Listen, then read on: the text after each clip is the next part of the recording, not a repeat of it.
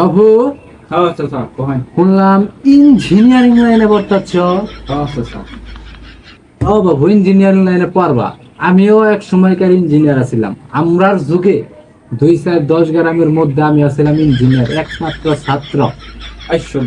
Bonus মানুষের ঘর একটা কারেন্টের সুইচ নষ্ট হয়েছে, আমি জানা দিচ্ছি। এত ভালো ইঞ্জিনিয়ার আছে বনাস। আরে এগুলা বই মনে করো যে তখনকার আমলে আমি ওকে খুলছি, চোখ দিয়ে দেখছি রোবটের মতো, একবার দেখছি আর কানের পাতা ছিঁড়ে ফালাই দিছি।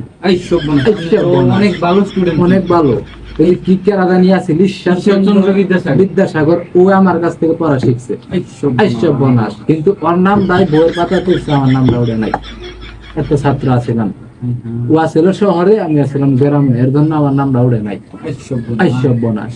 আর এই যে মেশিন সব প্র্যাকটিস 1, এটাই তো পড়তেছ? প্র্যাকটিস না তো প্র্যাকটিস। প্র্যাকটিস মেলা দিন আগে পড়ছি, ওখানে একটু একটু ভুল হইতেই পারে। যাই হোক, বনাস। তুমি মনে করো যে এই অঙ্ক টঙ্ক পড়বা, 1 আর 2 3 হবো, এবার যুগমুখ করো, ভুল টুল হইলে কাঁচা আছে কবা, সব সমাধান করে কিনা। আমি থাকতে তোমার কোনো ভরসাই নাই, কোনো চিন্তাই করবা না। আমি তোমার পড়াইলে তুমি পরীক্ষার মধ্যে নিশ্চিত ফেল করবা। তুমি মাথায় রেখে পড়ো, সমস্যা নেই। আমার মতো একজন ইঞ্জিনিয়ার তোমার পাশে আছে মানে তোমার অনেক গর্ব করা উচিত।